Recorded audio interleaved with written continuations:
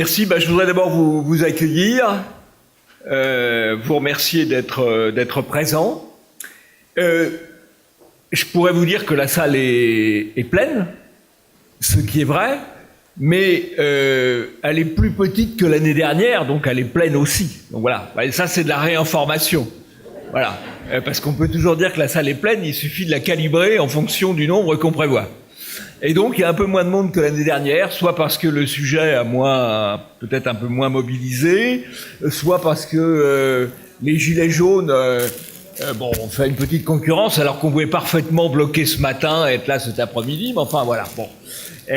En tout cas, nous sommes quand même solidaires de ce que François Bousquet, patron d'Éléments, a appelé dans la revue Éléments, dans le Figaro Vox, pardon, les ploucs émissaires. Les ploucs émissaires qui ne plaisent pas beaucoup à nos gouvernants.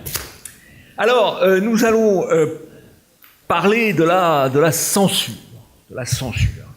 Et je dois dire que la censure préoccupe les grands médias. J'ai Le Monde du samedi 10 novembre.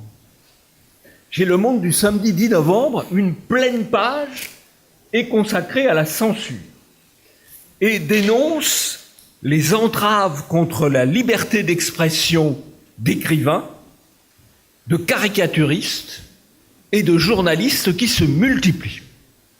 Et donc Le Monde est très inquiet de la censure qui vise les écrivains, la liberté d'expression des écrivains, des caricaturistes et des journalistes.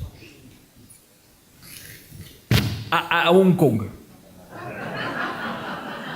C'est très préoccupant, la situation de la liberté d'expression à Hong Kong.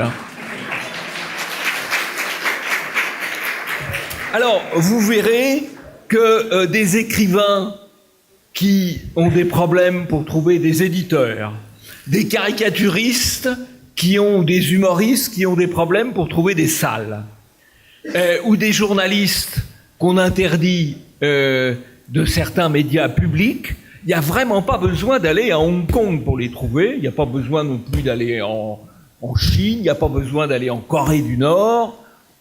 On a tout ça chez nous.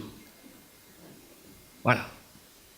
Je note d'ailleurs que le président Vladimir Poutine, de passage à Paris, s'est inquiété en termes diplomatiques, parce que la Russie pratique les usages diplomatiques, contrairement peut-être à d'autres chefs d'État, d'autres États, et s'est inquiété en termes diplomatiques des menaces qui pèsent sur la liberté d'expression dans les pays occidentaux.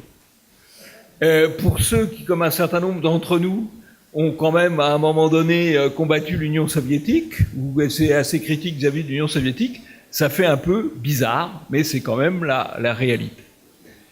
Je salue au passage M. Parinov, qui est l'attaché de presse de l'ambassade de Russie et qui est en quelque sorte un observateur aujourd'hui des libertés publiques en France.